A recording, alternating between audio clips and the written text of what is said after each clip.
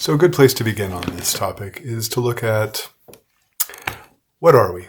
We talk about narcissism, the narcissistic disorders of the self. Well, let's talk about the self.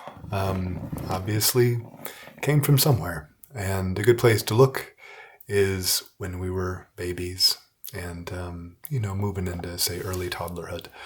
So Kohut, who's a very significant theorist in the psychology of the self, from whom a lot of what we know today, ties back to his invaluable contributions. Kohut posited three sorts of basic axes of the development of the self, which correspond to three types of needs of the developing infant. And he talks about mirroring, idealization, and twinship. So, mirroring, that's like there's someone who sees you and they appreciate you and they think that you're special. And so that gives rise to a healthy level of grandiosity, which can later become, self-confidence and the sense that one is good and ambition and some things that are actually really healthy in a mature ego. Then there's idealization. So having people to idealize, which really at a certain stage of development aren't really that separate from, the infant, but they're seen as all powerful and omnipotent and good, hopefully. And in terms of the infant's world, it's kind of all they need to know. They don't need to know that, you forgot to pay the phone bill and, it doesn't really matter. You can get them fed, you can love them, you can hold them, you can know what's going on inside of them, and you see that they're good. So, kind of like, I don't know, maybe how some people might want to look at God. And certainly nicer than the alternative.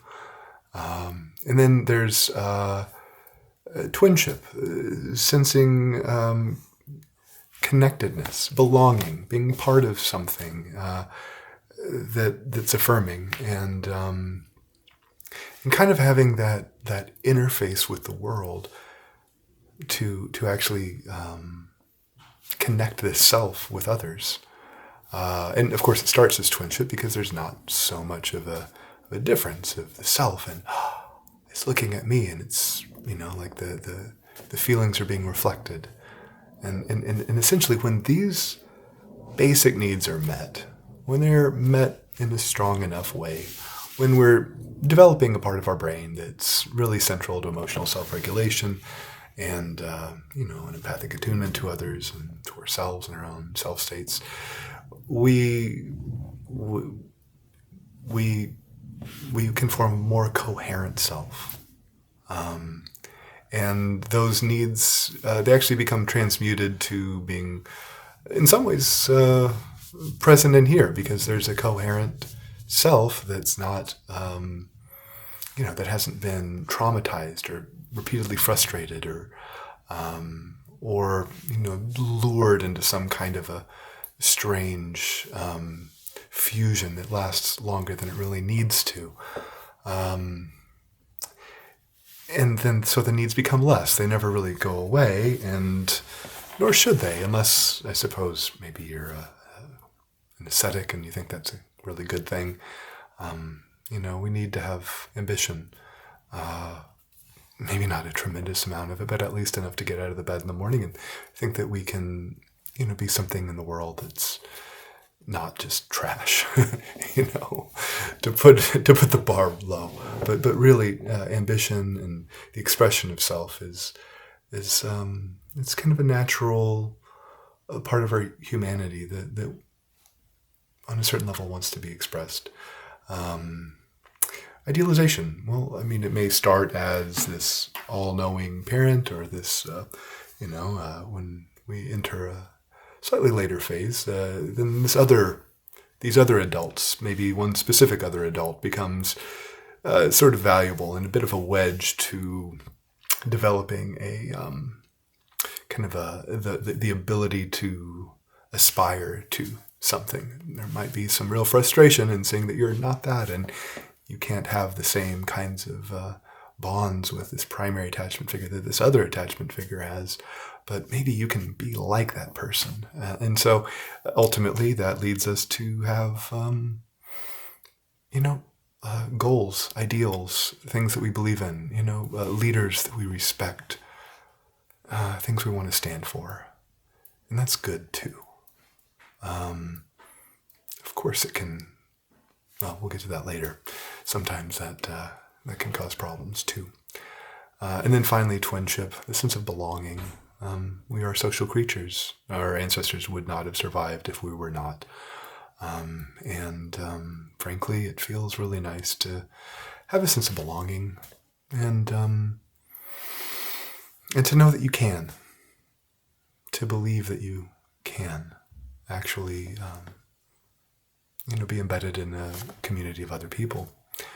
That's a really nice thing. And so when there's real frustrations for various reasons of these needs, often because caregivers themselves had these needs frustrated, or perhaps you're being raised by siblings in a big family in a situation where there's not ideal circumstances, children, young adolescents, they probably may not be as well equipped to fulfill some of these, although I am sure some of them are doing a damn good job out of necessity. But anyway, there's some things that can happen where these needs are very much frustrated. And, kind of a more popular way of looking at this has to be found in the language around attachment theory, which thankfully has made its way into the public consciousness.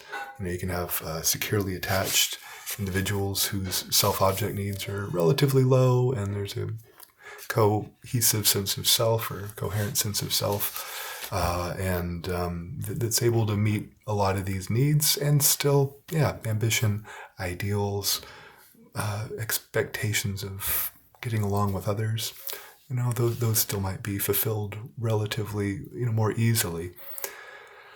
But then there's sort of the tragic situation where this doesn't happen so well, and one of these three axes, or generally all three of them, are frustrated. And what you'll have then is you'll have an attempt to meet them by various means that sometimes can result in a disorder of the self and also a bit of a disorder of the society or the community. I'm going to bring a piece of Kohut here where the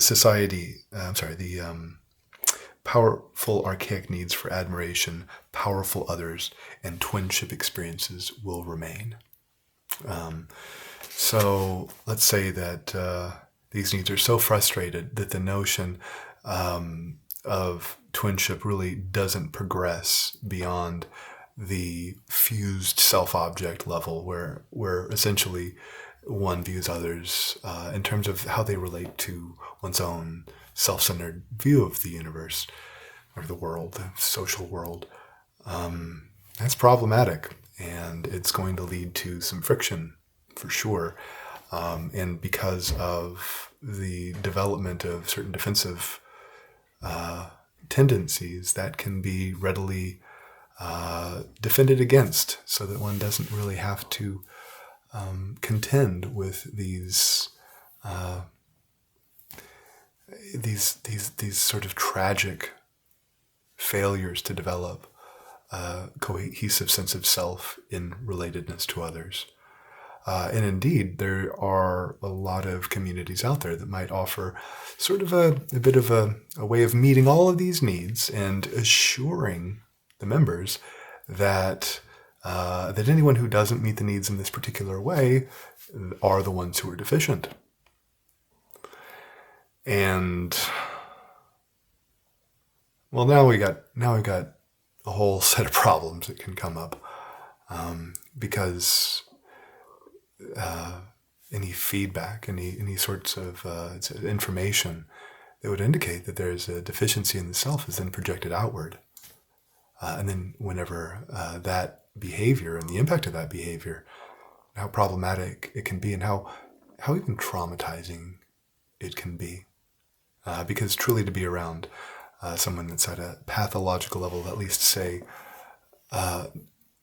malignant narcissism, or really any kind of strong narcissistic personality structure, it's a bit traumatic because the subjective experience of others, insofar as it doesn't meet the needs for mirroring one's own greatness, or serving a sense of this, this powerful thing that one can cling to and associate with and stand for so strongly that that they don't fall into the kind of the abyss of a real lack of coherency, or to be rejected and not loved because one is being, well, simply an asshole, or someone that's really not capable of understanding the subjective lives of others. So even if you're not an asshole, you may really be hard to be around, and those needs for all sorts of love and human needs they're just really frustrated.